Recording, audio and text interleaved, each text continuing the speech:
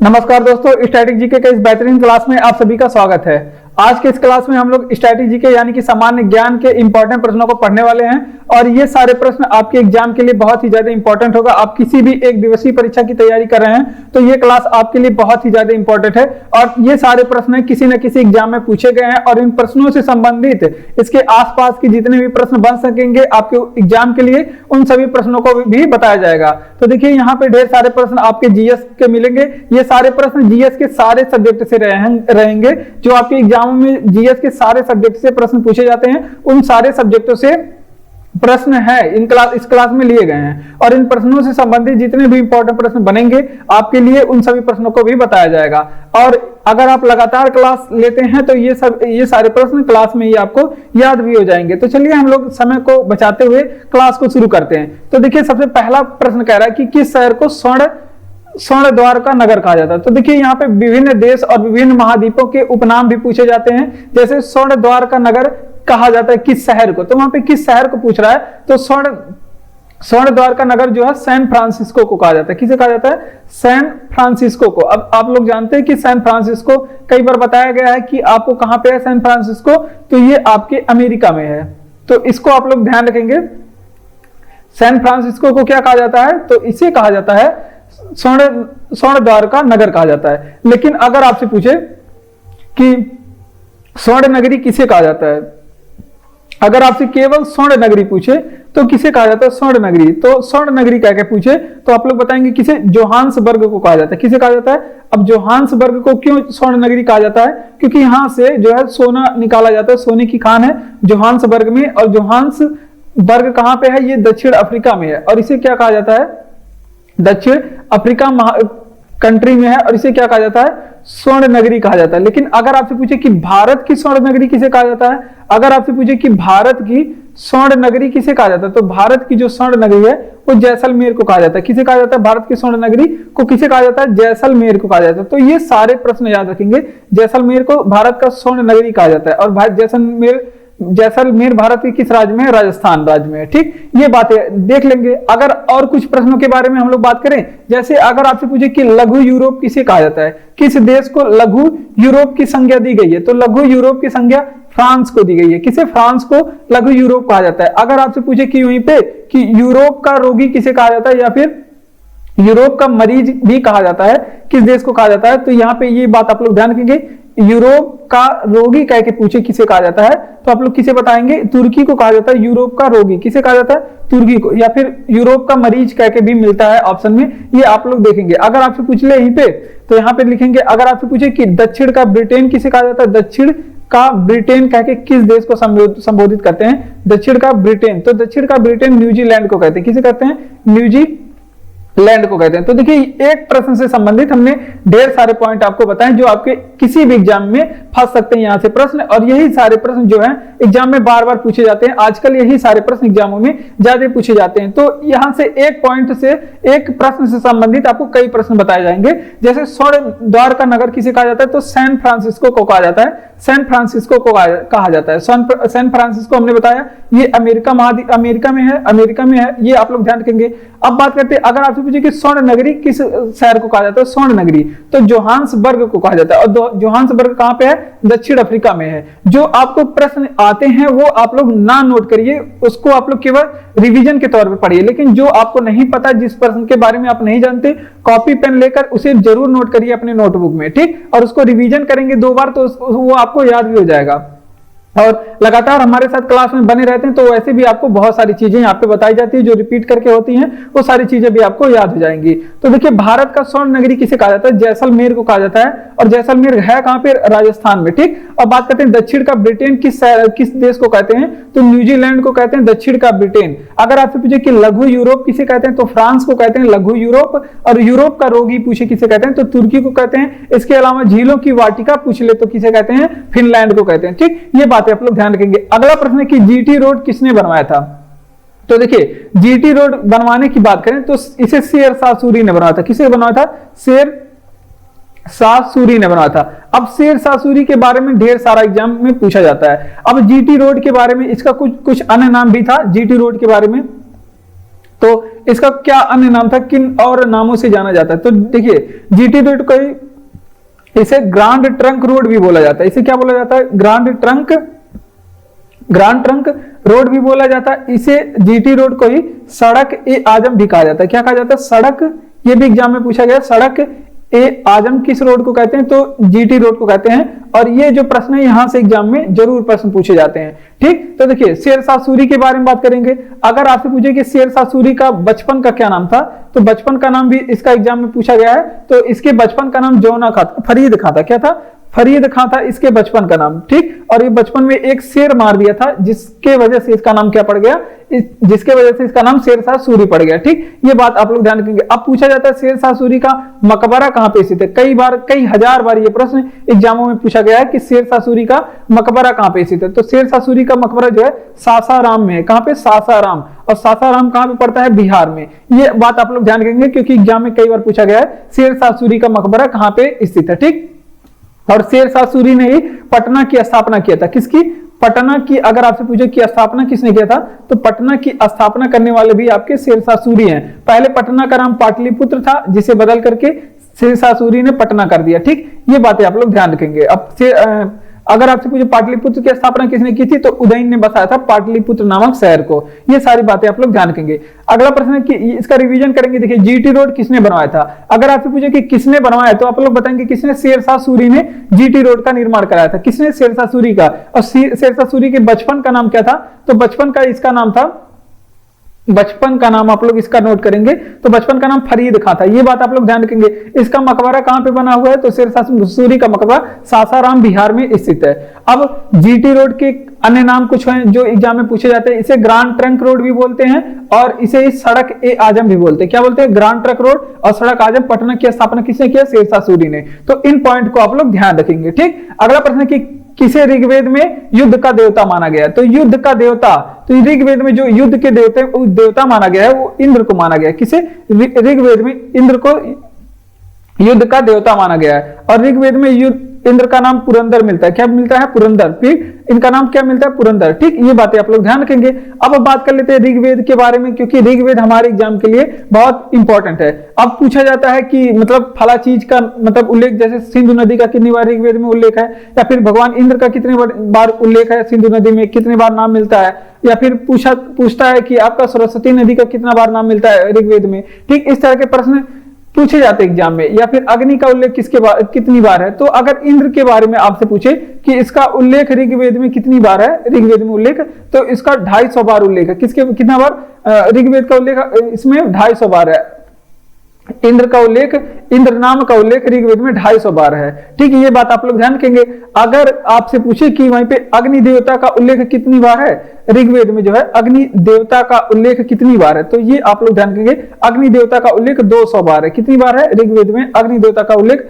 200 बार है। ठीक, अब अगर आपसे पूछे कि ऋग्वेद के जो तीसरे मंडल में किस चीज का उल्लेख है, तो ऋग्वेद के तीसरे मंडल में गायत्री मंत्र का उल्लेख है। किसी का?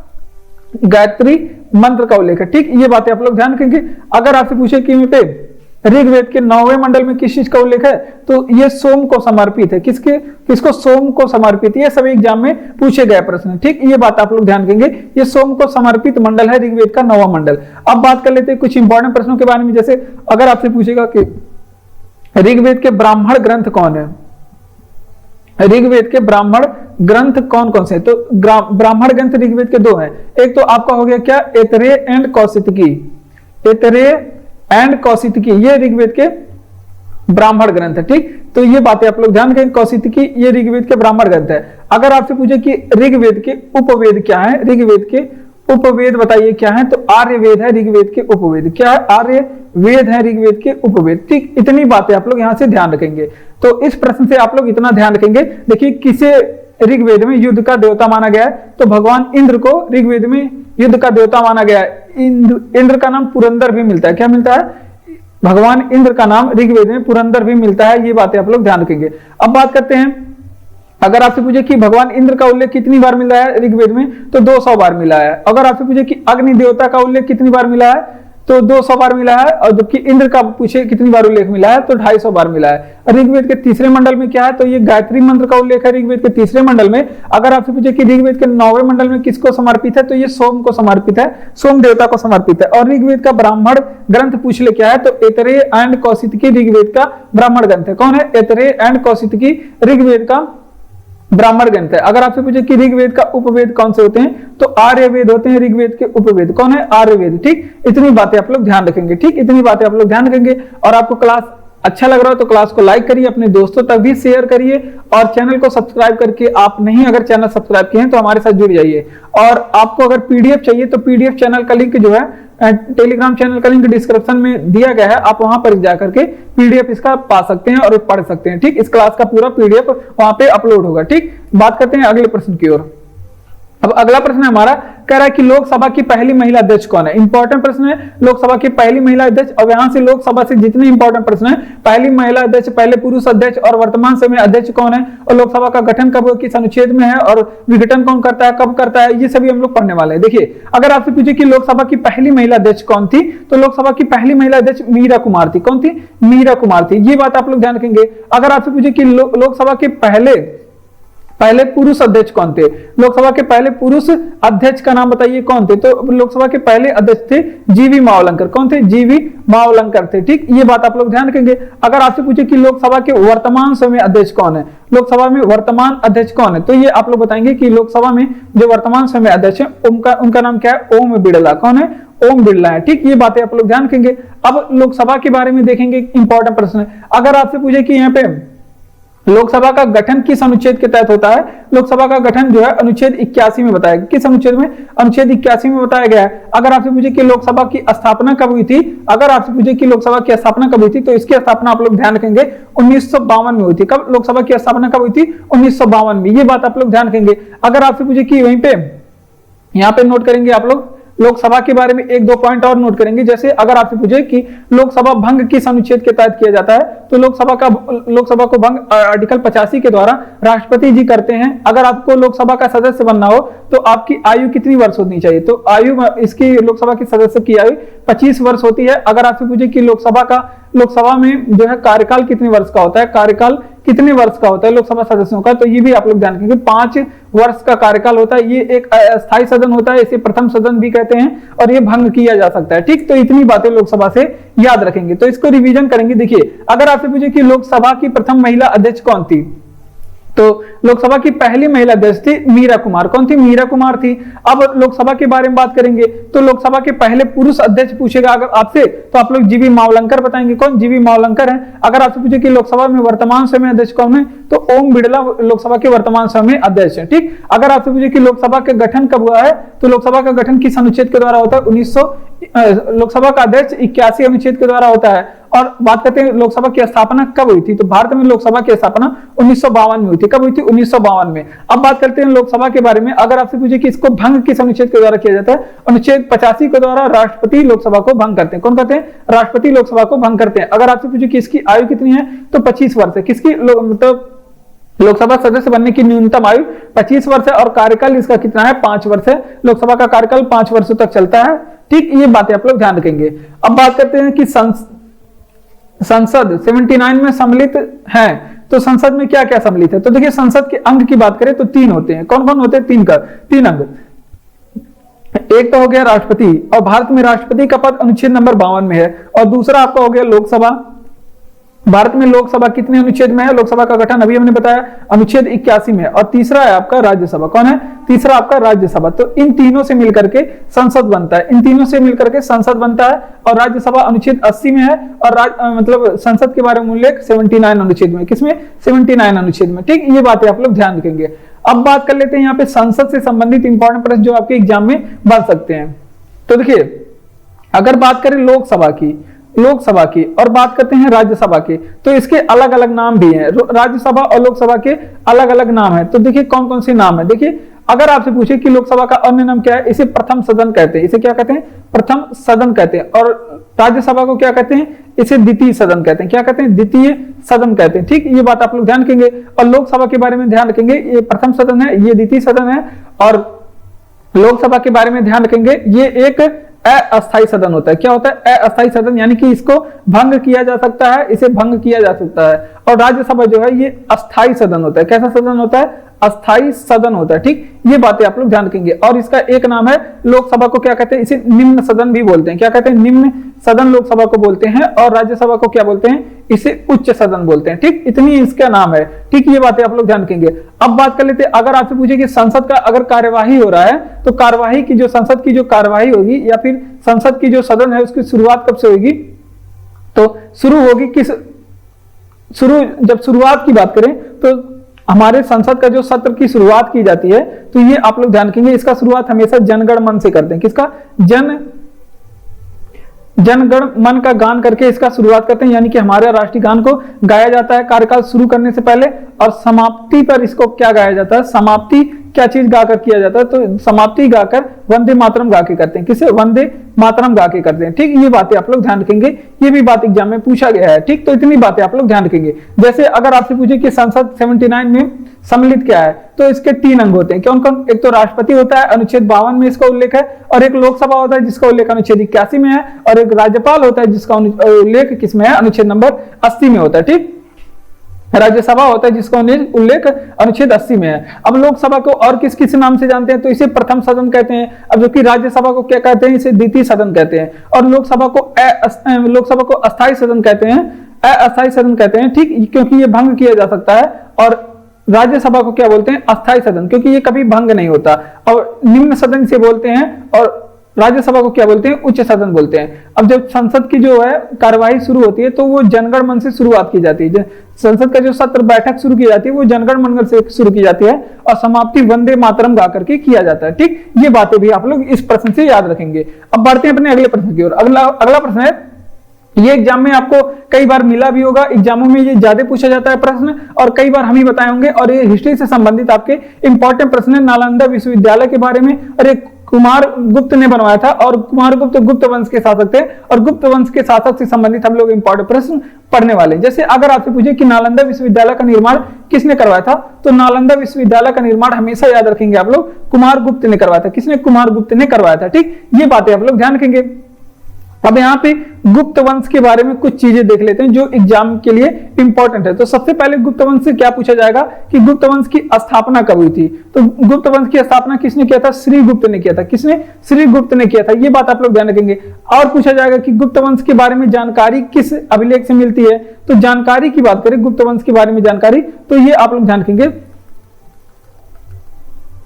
अगर आपसे पूछे कि गुप्त वंश के बारे में जानकारी कहां से हमें मिलती है, तो गुप्त वंश के बारे में जानकारी हमें मिलती है कि वायु पुराण से। किस पुराण से जानकारी मिलती है गुप्त वंश के बारे में? वायु पुराण से गुप्त वंश के बारे में जानकारी मिलती है। अगर आपसे पूछे कि इसकी मतलब राजधानी कहां थी, गुप्त वंश की स्थापना श्रीगुप्त ने किया, और इसने इसकी राजधानी कहां पे बनाई थी, तो ये भी बात आप लोग ध्यान रखेंगे। पाटलिपुत्र में इसकी राजधानी थी। कहां पे? पाटलिपुत्र में इसकी राजधानी थी। ये बात आप लोग ध्यान रखेंगे। अब बात कर लेते हैं, अगर गुप्त वंश के बारे में बात करें तो अंतिम शासक कौन था? ये भी पूछा गया एग्जाम में कि गुप्त वंश का अंतिम शासक कौन था। तो गुप्त वंश के अंतिम शासक कौन थे? विष्णुगुप्त। कौन थे?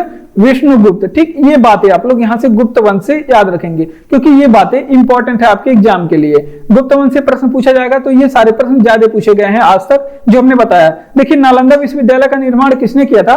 तो ये निर्माण किया था कुमार गुप्त। ये प्रश्न खुद ही 1000 बार पूछा गया है। और गुप्त वंश के बारे में देख लेते हैं। अगर आपसे पूछे कि गुप्त वंश की स्थापना किसने किया, तो श्रीगुप्त ने किया। स्थापना के बारे में हर वंश के से प्रश्न पूछा जाता है कि फला वंश की स्थापना किसने किया, राजधानी कहां पे बनाया गया था, तो पाटलिपुत्रा में। और गुप्त वंश के बारे में जानकारी वायु पुराण से मिलती है। किस पुराण से? वायु पुराण से। ये भी एग्जाम में प्रश्न पूछा गया है। और अंतिम शासक कौन थे? तो विष्णुगुप्त थे। और गुप्त वंश के अंतिम शासक कौन थे? विष्णुगुप्त थे। तो ये भी आप लोग ध्यान रखेंगे, ये भी प्रश्न आप लोग ध्यान रखेंगे। बढ़ते हैं अपने अगले प्रश्न की ओर। और अगला प्रश्न है कि किस गुप्त शासक ने सर्वप्रथम सिक्के जारी किए? तो यहाँ पे गुप्त शासकों के बारे में प्रश्न पूछा गया है, लेकिन यहाँ पर जो प्रश्न बताए जाएंगे वो सिक्के से संबंधित होगा। जो भी आपके सिक्कों से संबंधित प्रश्न ज्यादा एग्जाम में पूछे जाते हैं उसको हम बता रहे हैं। देखिए, गुप्त वंश ने सर्वप्रथम किस सिक्के को जारी किया? तो सबसे पहले गुप्त वंश ने सोने के सिक्के जारी किए थे। किसने? सोने के सिक्के जारी किए थे। किस गुप्त शासक ने सर्वप्रथम सिक्के जारी किए थे? तो सबसे पहले पूछ रहा है, तो ये आप लोग ध्यान रखेंगे, चंद्रगुप्त प्रथम ने सबसे पहले सिक्के जारी किए थे। किसने? चंद्रगुप्त प्रथम ने। ठीक, ये बातें आप लोग ध्यान रखेंगे। अब सिक्कों से संबंधित इंपॉर्टेंट प्रश्न, तो पहले तो यही ध्यान रखेंगे कि इनकी चंद्रगुप्त प्रथम की एक उपाधि थी और उपाधि भी पूछी जाती है। तो चंद्रगुप्त प्रथम ने कौन सी उपाधि धारण की थी? महाराजा धीराज की। किसी की? महाराजा धीराज की। और ये भी एग्जाम में प्रश्न पूछा गया, इन्होंने किसकी उपाधि धारण की थी? महाराजा धीराज की उपाधि धारण की थी। ठीक, ये बातें आप लोग ध्यान रखेंगे। अब बात कर लेते हैं, अगर आपसे पूछे कि सर्वाधिक सोने के सिक्के किस वंश के शासक ने जारी किया? सर्वाधिक, ये एग्जाम में पूछा गया प्रश्न, सर्वाधिक सोने के सिक्के पूछा जाता है कि किस शासक ने जारी किया था? तो सबसे सर्वाधिक सोने के सिक्के जो है ये गुप्त शासकों ने जारी किया था। किसने? गुप्त शासक ने जारी किया था। ठीक, अगर आपसे पूछे कि शुद्ध सोने के सिक्के किस शासकों ने जारी किया था? शुद्ध सोने के सिक्के किस शासकों ने जारी किया था? शुद्ध सोने के सिक्के पूछेगा, लेकिन सर्वाधिक सोने के सिक्के पूछेगा तो आप लोग गुप्त शासक बताएंगे। जबकि शुद्ध सोने के सिक्के बात करें तो कौन बनाएगा? तो कुषाणों ने चलाया था। किसने? कुषाण वंश के लोगों ने चलाया था। ठीक, ये बातें आप लोग ध्यान रखेंगे। अब बात कर लेते हैं गुप्त शासकों के बारे में कुछ जानकारी देख लेते हैं। जैसे गुप्त काल में कुछ चीजें शुरुआत की गई, जैसे गुप्त काल में की जो प्रमुख प्रसिद्धि है, क्या क्या थी गुप्त काल की प्रमुख प्रसिद्धि? तो यहाँ पे मंदिर का निर्माण शुरू किया गया। सबसे पहले माना जाता है कि गुप्त काल ने मंदिर निर्माण व्यवस्था की शुरुआत की। तो ये भी आप लोग ध्यान रखेंगे, मंदिर निर्माण शुरुआत करने वाले कौन शासक थे? गुप्त शासक थे। उसके अलावा इन्होंने क्या शुरुआत की थी? तो इन्होंने दशमलव पद्धति की शुरुआत की थी। किसकी? दशमलव पद्धति की शुरुआत की थी। ठीक, ये बातें, दो बातें और ध्यान रखेंगे यहां से। तो इसका रिवीजन करेंगे। किस गुप्त शासक ने सर्वप्रथम सिक्के जारी किए थे? तो चंद्रगुप्त प्रथम ने सबसे पहले सिक्के जारी किए थे। किसने? चंद्रगुप्त प्रथम ने। और चंद्रगुप्त प्रथम की उपाधि क्या थी? इनकी महाराजा धीराज की उपाधि थी। एग्जाम में पूछा गया है, ये आप लोग ध्यान रखेंगे। अब बात कर लेते हैं सर्वाधिक सोने के सिक्के गुप्त शासकों ने जारी किया। लेकिन अगर आपसे शुद्ध सोने के सिक्के किसने जारी किया था? तो कुषाणों ने जारी किया था। किसने? शुद्ध सोने के सिक्के कुषाणों ने जारी किया था। इसके बारे में हम लोग आगे पढ़ेंगे, सिक्कों से संबंधित प्रश्न। गुप्त काल के बारे में, मंदिर निर्माण की व्यवस्था यहीं से शुरू की गई थी गुप्त काल से। और दशमलव पद्धति की शुरुआत भी कहां से हुई थी? गुप्त काल से हुई थी। दशमलव पद्धति की शुरुआत है। ये बातें आप लोग ध्यान रखेंगे। अगला प्रश्न कि भारत की प्रथम महिला शासिका कौन थी? तो भारत की पहली महिला शासिका है रजिया सुल्तान। और रजिया सुल्तान हमारे एग्जाम के लिए बहुत ज्यादा इंपॉर्टेंट है। तो देख लेते हैं, रजिया सुल्तान से प्रश्न आज भी एग्जाम में बहुत पूछे जाते हैं। तो रजिया सुल्तान से संबंधित प्रश्न पूछे जाते हैं। तो देख लेते हैं रजिया सुल्तान के बारे में। तो रजिया सुल्तान से क्या क्या प्रश्न पूछे जाते हैं? तो रजिया सुल्तान के बाद बात करें तो ये इनका शासन, ये किसके बाद शासक बनी थी? तो रुकनुद्दीन। तो रजिया सुल्तान रुकनुद्दीन फिरोज के बाद शासक बनी थी। किसके बाद? रुकनुद्दीन के बाद शासक बनी थी। ठीक, ये बात आप लोग ध्यान रखेंगे। ये शासक कब बनी थी?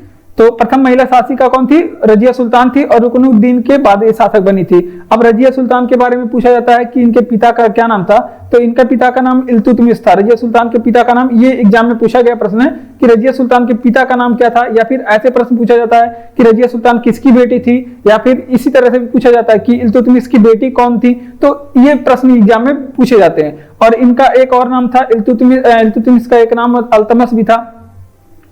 तो ये भी आप लोग ध्यान रखेंगे, इनका क्या नाम था? अल्तमश भी नाम था। ठीक, और रजिया सुल्तान के बारे में इनका विवाह किससे हुआ था? ये भी पूछा जाता है। तो रजिया सुल्तान का विवाह अल्तुनिया से हुआ था। किसके?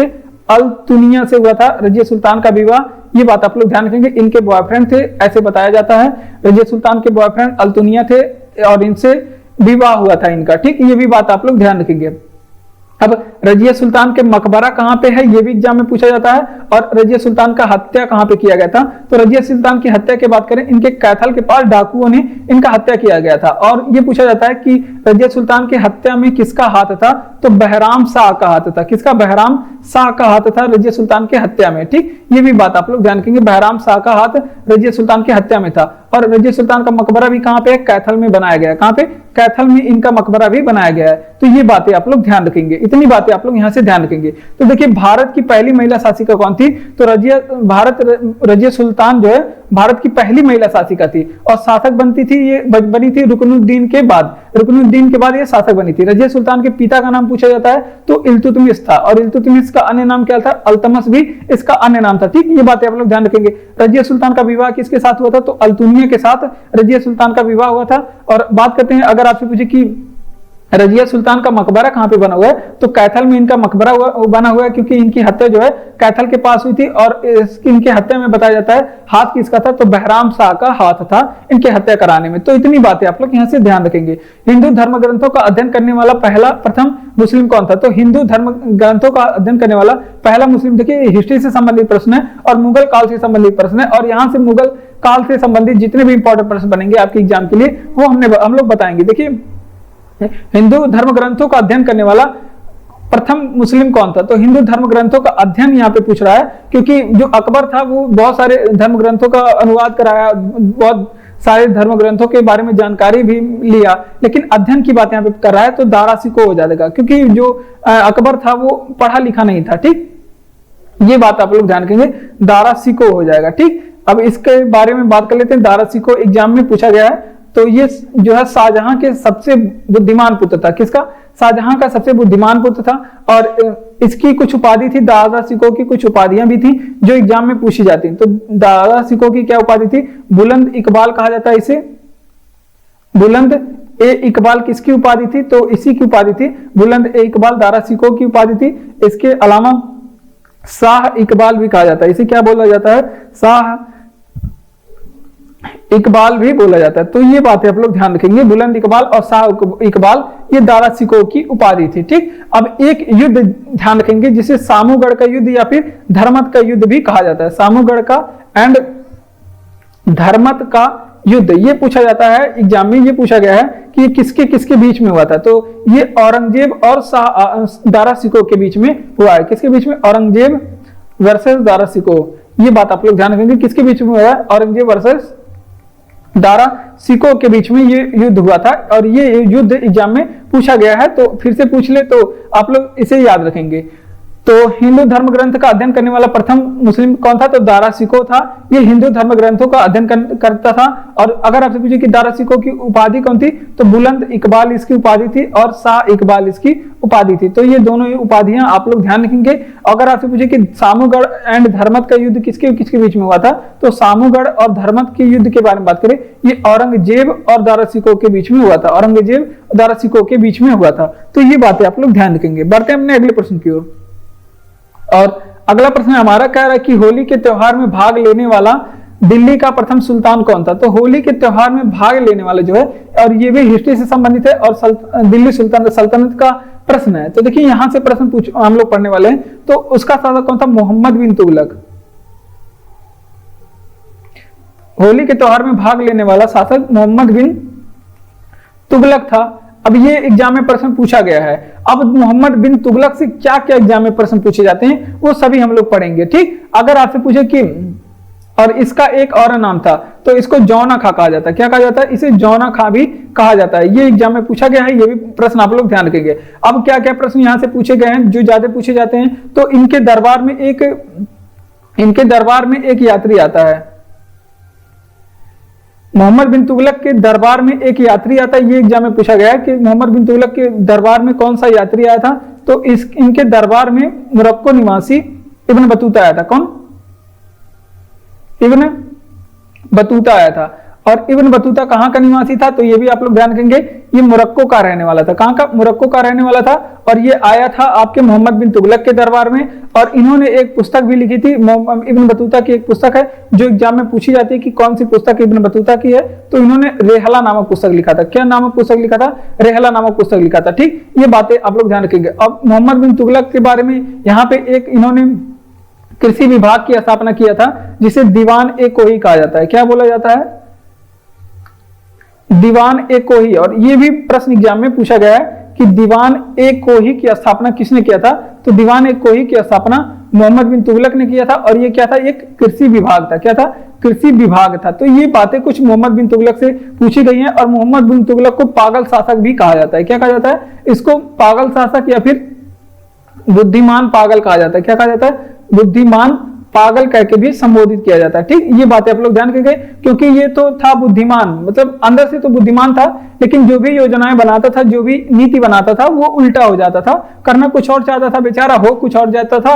और इसके वजह से इसको क्या बोलते थे लोग? बुद्धिमान पागल कहते थे। और लोगों से बहुत चिटिकता वगैरह भी था, और बात बात पे गुस्सा भी हो जाता था। तो इसी वजह से इसे बुद्धिमान पागल भी बोलते हैं। ठीक, इतिहासकार। ठीक, होली के त्योहार में भाग लेने वाला दिल्ली का प्रथम सुल्तान कौन था?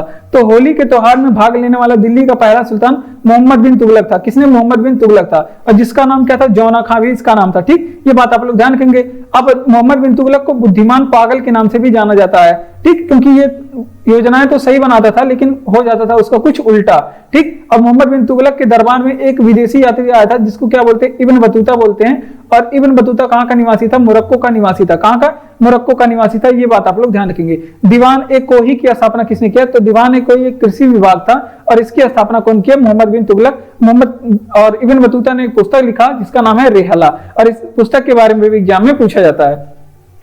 हिमालय की सबसे बाहरी श्रृंखला कौन है? तो हिमालय की जो सबसे बाहरी श्रृंखला पूछ रहा है तो वो शिवालिक है। क्या है? शिवालिक। अब पढ़ते हैं हिमालय की श्रृंखला के बारे में, ऐसे आप लोग को समझ नहीं आएगा। तो देखिए, हिमालय की 3 श्रृंखलाएं हैं। हिमालय की बात करें तो इसकी 3 श्रेणियां। कौन कौन सी श्रेणियां हैं? एक है आपका आंतरिक, एक है आपका बृहद हिमालय, एक है आपका बृहद हिमालय। और बृहद हिमालय को और किस नाम से जानते हैं? तो इसे आंतरिक हिमालय भी बोलते हैं। इसे क्या बोलते हैं? आंतरिक हिमालय। अभी बताते हैं कि आंतरिक हिमालय इसे क्यों बोलते हैं। इसे आंतरिक हिमालय भी बोलते हैं और इसे महान हिमालय भी बोलते हैं। क्या बोलते हैं? इसे महान हिमालय भी बोलते हैं। ठीक, ये बातें आप लोग ध्यान रखेंगे। अब दूसरा कौन सा श्रेणी है? और दूसरा है आपका लघु हिमालय। क्या है? लघु हिमालय, सॉरी, दूसरा है आपका मध्य हिमालय। दूसरा क्या है आपका? मध्य हिमालय। और मध्य हिमालय के बारे में एग्जाम में क्या प्रश्न पूछा जाता है? तो इसको नेपाल में किस नाम से जानते हैं? तो नेपाल में इसे महाभारत श्रेणी बोलते हैं। मध्य हिमालय को नेपाल में महाभारत श्रेणी बोलते हैं, महाभारत श्रेणी। और इसे ही क्या बोलते हैं? नागतीवा श्रेणी नेपाल में बोलते हैं। क्या बोलते हैं? इसे ही महाभारत श्रेणी और नागतीवा श्रेणी मध्य हिमालय को बोलते हैं, नागतीवा श्रेणी बोलते हैं। ठीक, ये बातें आप लोग ध्यान रखेंगे। अब बात कर लेते हैं, अगर आपसे पूछे कि जो हिमालय की तीसरी श्रृंखला है उसे क्या बोलते हैं? तीसरे वाले को यहाँ पे लिखा हुआ है शिवालिक बोलते हैं, और शिवालिक भी बोलते हैं। इसे बाह्य हिमालय भी बोलते हैं। क्या बोलते हैं? बाह्य हिमालय भी बोलते हैं। और इसे ही क्या बोलते हैं? इसे लघु हिमालय भी बोलते हैं। क्या बोलते हैं? इसे बाह्य हिमालय या फिर लघु हिमालय बोलते हैं। ठीक, अब इसके बारे में हम लोग देख लेते हैं। अब इन सभी को देख लेते हैं कि क्यों जो छोटा वाला है उसे बाह्य हिमालय बोल रहे हैं, और मतलब बाह्य हिमालय बोल रहे हैं, और जो बड़ा वाला है उसे आंतरिक हिमालय बोल रहे हैं। तो देखिए, हिमालय की 3 पर्वत श्रृंखला जो उत्तर भारत में फैली हुई है, हिमालय की 3 श्रेणियां उत्तर भारत में फैली हुई है इस तरह से। अब जो सबसे अंदर वाला है ये है आपका बृहद हिमालय। अब बृहद हिमालय ये सर्किल के नुमा इस तरह से है, तो इस वजह से ये क्या बोला जाता है? अंदर का हिमालय पड़ जाता है, तो इसे आंतरिक हिमालय भी बोला जाता है। क्या बोलता है? आंतरिक हिमालय। और जो शिवालिक हिमालय है वो सबसे बाहरी है। क्या है? शिवालिक हिमालय सबसे बाहर है, और शिवालिक हिमालय को इसी वजह से बाह्य हिमालय भी बोला जाता है। ठीक, ये बातें आप लोग ध्यान रखेंगे। तो इसका रिवीजन करेंगे। देखिए कि हिमालय की सबसे बाहरी श्रृंखला कौन है? तो बाहरी श्रृंखला है, हमने बताया शिवालिक है बाहरी श्रृंखला, क्योंकि ये सबसे बाहर है। देखिए इस तरह से सर्किल बनाएंगे आप तो शिवालिक जो है सबसे बाहर आएगा, तो इस वजह से इसको शिवालिक को बाह्य हिमालय बोलते हैं। बाहरी श्रृंखला है, इस वजह से इसे बाह्य हिमालय बोलते हैं, और इसे लघु हिमालय बोलते हैं क्योंकि ये सबसे छोटा है। ठीक, सबसे छोटा है। और बृहद हिमालय किसे बोलते हैं? तो जो सबसे अंदर है, पहले नंबर की जो श्रेणी है बृहद हिमालय, या फिर इसे आंतरिक हिमालय, या फिर इसे ही महान हिमालय भी बोलते हैं। ठीक, ये बातें आप लोग ध्यान रखें। मध्य हिमालय के बारे में बात करें तो नेपाल में इसे क्या नाम से जानते हैं? तो मध्य हिमालय को ही मध्य हिमालय का जो विस्तार है जो नेपाल में गया है उसे महाभारत श्रेणी भी बोलते हैं, या फिर नागतीवा श्रेणी भी बोलते हैं, जो आपका महाभारत मतलब नेपाल में विस्तार गया है मध्य हिमालय का। तो इतनी बातें आप लोग ध्यान रखेंगे। अगला है कि दुनिया का सबसे ऊंचा युद्ध क्षेत्र कौन है? तो दुनिया का जो सबसे ऊंचा युद्ध क्षेत्र है वो आपका सियाचिन है। क्या है? सियाचिन है। ये बात आप लोग ध्यान रखेंगे। अब सियाचिन के बारे में इंपॉर्टेंट प्रश्न जो एग्जाम में पूछा जाता है वो हम लोग पढ़ने वाले हैं। जैसे अगर आपसे पूछे कि सियाचिन कहां पे स्थित है, तो सियाचिन एक ग्लेशियर है जो कि कहां पे स्थित है? लद्दाख में स्थित है। कहां पे? लद्दाख में स्थित है। अब अगर आपसे पूछे कि दुनिया का यहाँ पे सबसे कॉमन करेंगे, अगर आपसे पूछे कि दुनिया का सर्वाधिक वर्षा वाला स्थान कौन सा है, दुनिया में सर्वाधिक वर्षा कहां पे होती है? तो दुनिया में सर्वाधिक वर्षा मासिन राम में होती है। कहां पे? मासिन राम में। और मासिन राम कहां पे पड़ता है? ये मेघालय में। कहां पे? मेघालय में मासिन राम है। अगर आपसे पूछे कि दुनिया में सबसे बड़ा पशु कौन सा है, अगर आपसे पूछे कि दुनिया का सबसे बड़ा पशु कौन सा है, तो आप लोग बताएंगे कौन सा? Blue whale. कौन है दुनिया का सबसे बड़ा पशु? ब्लू व्हेल है। अगर आपसे पूछे कि दुनिया का सबसे बड़ा पक्षी कौन सा है तो आप लोग बताएंगे शुतुरमुर्ग। क्या बताएंगे? शुतुरमुर्ग। अगर आपसे पूछे कि दुनिया का सबसे बड़ा द्वीप कौन सा है, दुनिया का सबसे बड़ा द्वीप कौन सा है? ग्रीनलैंड। कौन सा है? ग्रीनलैंड। अगर आपसे पूछे कि दुनिया का सबसे बड़ा महाद्वीप कौन सा है तो आप लोग बताएंगे एशिया महाद्वीप। अगर आपसे पूछे कि दुनिया का सबसे बड़ा मरुस्थल कौन सा है तो आप लोग क्या बताएंगे? दुनिया का सबसे बड़ा मरुस्थल सहारा मरुस्थल है। कौन सा? सहारा मरुस्थल है। ठीक, ये बातें आप लोग ध्यान रखेंगे। तो इसके बारे में रिवीजन करेंगे। अगर आपसे पूछे कि दुनिया का सबसे ऊंचा युद्ध क्षेत्र कौन सा है तो सियाचिन है दुनिया का सबसे ऊंचा युद्ध क्षेत्र। कौन सा है? दुनिया का सबसे ऊंचा युद्ध क्षेत्र सियाचिन है। और सियाचिन युद्ध स्थित कहां पे है? लद्दाख में। अगर आपसे पूछे कि विश्व में सर्वाधिक वर्षा कहां पे होती है तो विश्व में सर्वाधिक वर्षा मासिनराम मेघालय में होती है। कहां पे? मासिनराम मेघालय में होती है। अब बात करते हैं दुनिया का सबसे बड़ा पशु कौन सा है तो ब्लू व्हेल है दुनिया का सबसे बड़ा पशु। क्या है? Blue whale. ठीक, अगर आपसे पूछे कि दुनिया का सबसे बड़ा द्वीप कौन सा है तो दुनिया का सबसे बड़ा द्वीप ग्रीनलैंड है। कौन है? ग्रीनलैंड। अब दुनिया का सबसे बड़ा मरुस्थल कौन सा है? सहारा मरुस्थल। कौन सा है? सहारा मरुस्थल। ठीक, ये बातें आप लोग ध्यान रखेंगे। ठीक, इतनी बातें आप लोग ध्यान रखेंगे। अगला प्रश्न कि रबी की फसल की बुआई किस माह में होती है तो देखिए रबी की जो फसल बुआई है वो अक्टूबर नवंबर में होती है। कब होती है? तो यहाँ पे आप लोग ध्यान रखेंगे अक्टूबर नवंबर में इस फसल की बुआई होती है। अब रबी की कुछ फसलें के बारे में एग्जाम में पूछा जाता है। रबी की कुछ फसलें जैसे आपका हो गया गेहूं हो गया, जौ हो गया, गेहूं, जौ, मटर, आलू, ये सभी रबी की फसल हैं जो कि एग्जाम में पूछे जाते हैं कि कौन से इसमें रबी की फसल है, कौन से खरीफ की फसल है, ये एग्जाम में पूछे जाते हैं। ठीक, तो इस वजह से आप लोग इन फसलों को भी आप लोग ध्यान रखेंगे। मटर हो गया, आलू हो गया, सरसों हो गया, मटर, सरसों, चना हो गया, ये सभी आपकी रबी की फसल है। कौन सी फसल है? रबी की फसल है। ये बात आप लोग ध्यान रखेंगे। अगर आपसे पूछे कि इसके अलावा मसूर भी रबी की फसल है भाई। और असली का भी नाम सुने होंगे आप लोग, ये रबी की फसल है। किसकी फसल है? रबी की। अगर खरीफ की फसलों की बात करें, ये तो रबी और खरीफ दोनों फसल ज्यादा पूछते हैं। और अगर आपसे पूछे कि खरीफ के फसलों में तो जैसे आपका हो गया चावल किसका फसल है? खरीफ का फसल है। उसके अलावा गन्ना हो गया आपका खरीफ का फसल है। ज्वार हो गया, बाजरा हो गया, ये सभी आपके किसके फसल हैं? खरीफ के फसल हैं। उसके अलावा मूंगफली हो गया, ये सभी किसके फसल हैं? खरीफ के फसल हैं। तो ये बातें आप लोग ध्यान रखेंगे। उसके अलावा मूंग हो गया, सोयाबीन हो गया, मूंग, सोयाबीन। उसके अलावा कपास हमारी वाणिज्यिक फसल है, कपास, ये सभी किसकी फसल है? खरीफ की फसल है। तो इसका रिवीजन करेंगे क्योंकि आप लोग इसको कहीं नोट भी करेंगे कि रबी की फसलों की बुआई किस माह में होती है तो अक्टूबर से नवंबर माह में रबी की फसल की बुआई होती है। जैसे रबी की फसल क्या हो गई?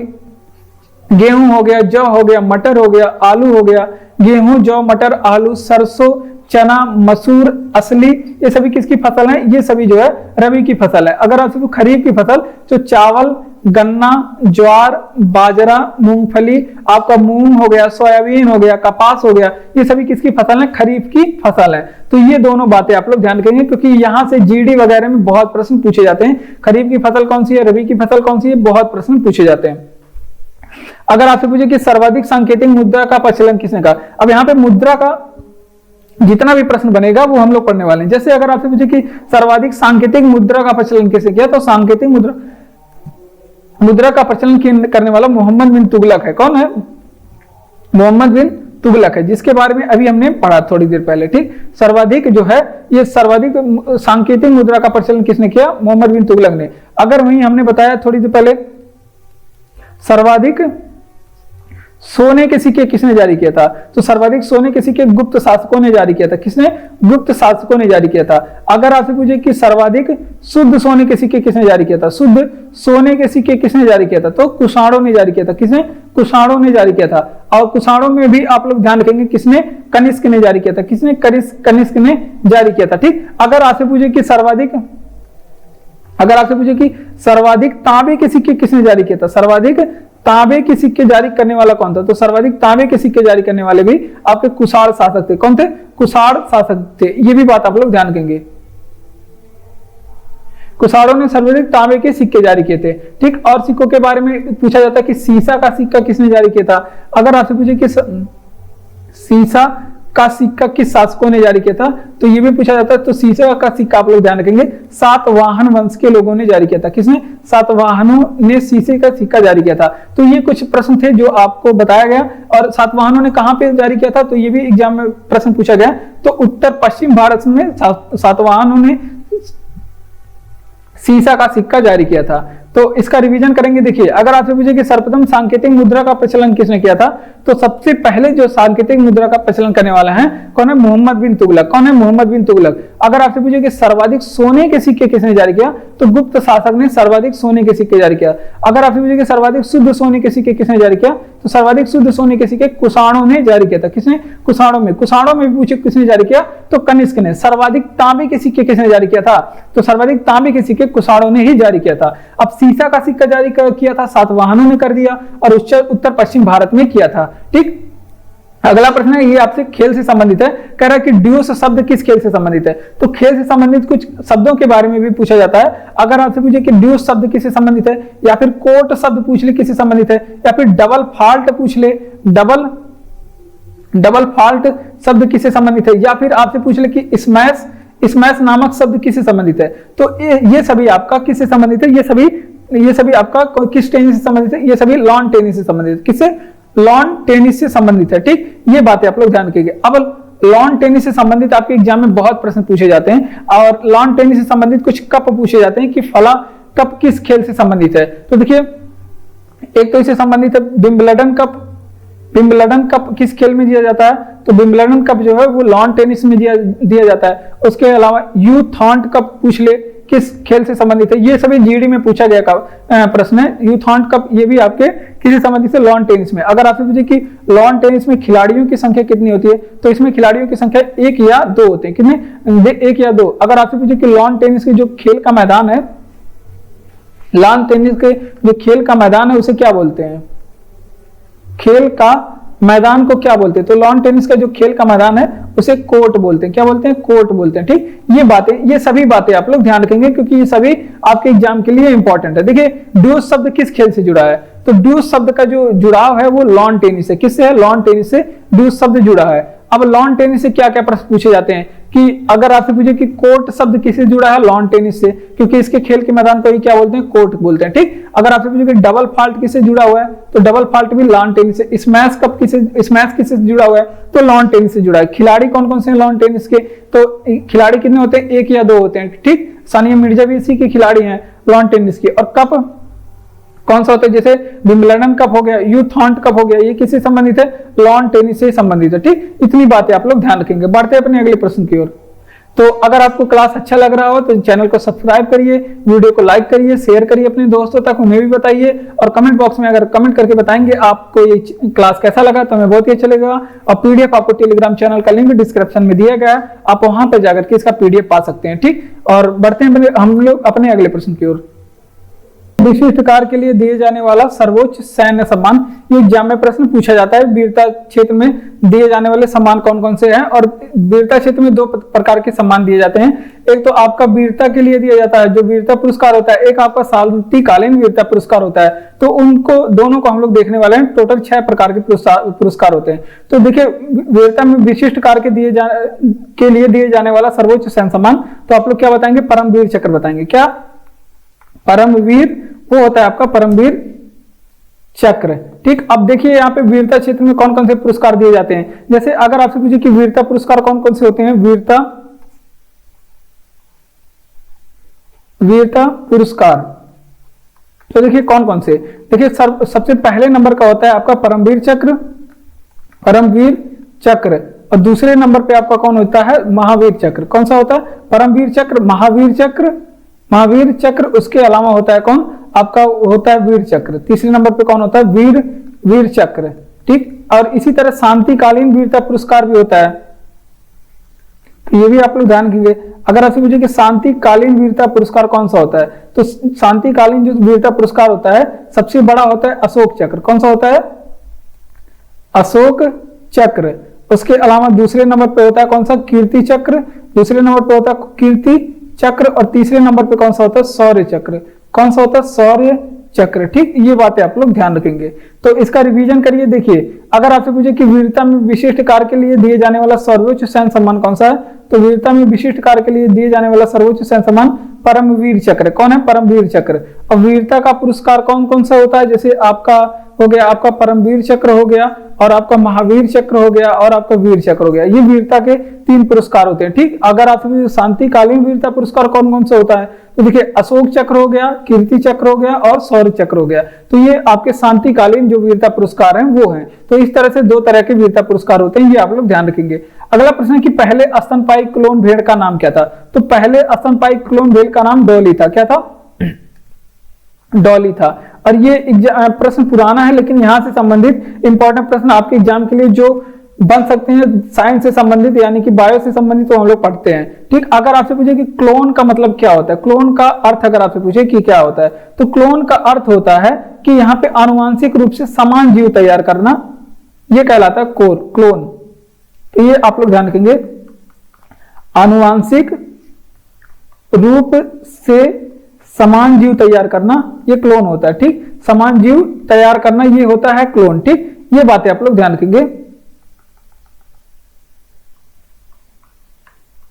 तैयार करना। और जो क्लोनिंग होती है ना, क्लोनिंग ये कैसा प्रजनन है, तो ये अलैंगिक प्रजनन है। लैंगिक प्रजनन और अलैंगिक प्रजनन के बारे में बताया जाएगा आप लोगों को, आप लोग को जरूर बताएंगे। प्रजनन, लैंगिक प्रजनन और अलैंगिक प्रजनन। देखिए, लैंगिक प्रजनन बात होते हैं 6 प्रकार के। लैंगिक प्रजनन होते हैं 6 प्रकार के, लेकिन अगर आपसे पूछे कि मुख्य रूप से लैंगिक प्रजनन कितने प्रकार के होते हैं, तो मुख्य रूप से, तो ये आप लोग ध्यान देंगे, मुख्य रूप से लैंगिक प्रजनन 2 प्रकार के होते हैं। पहला तो ये हो गया आपका कैसा प्रजनन, पहला तो हो गया आपका जैविक क्लोनिंग। जैविक क्लोनिंग, जो जैविक प्रक्रिया से क्लोनिंग होता है उसे क्या कहते हैं? जैविक क्लोनिंग कहते हैं। और जो एक दूसरा हो जाएगा जैविक क्लोनिंग, और एक हो जाएगा जीन क्लोनिंग। कैसा? Gene cloning. और जो जीन से क्लोनिंग होता है उसे क्या कहते हैं?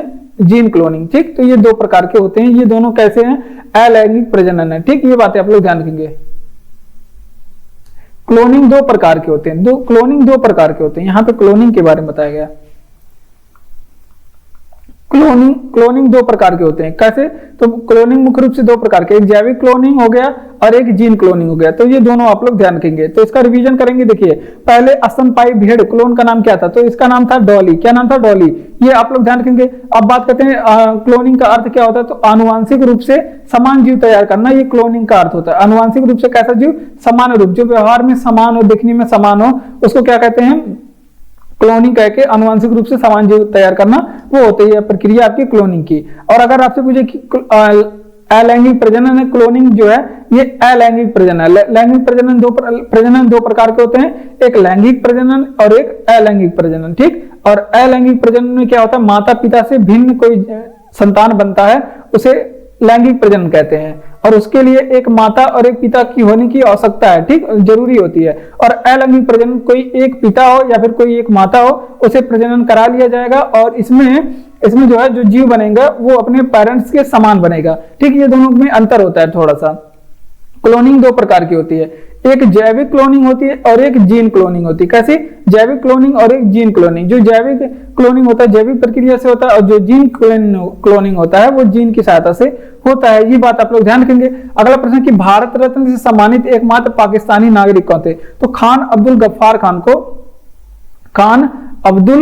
खान का नाम आप लोग ध्यान रखेंगे। खान अब्दुल गफ्फार खान को भारत रत्न दिया गया था। और खान अब्दुल गफ्फार खान को और किस नाम से जाना जाता है?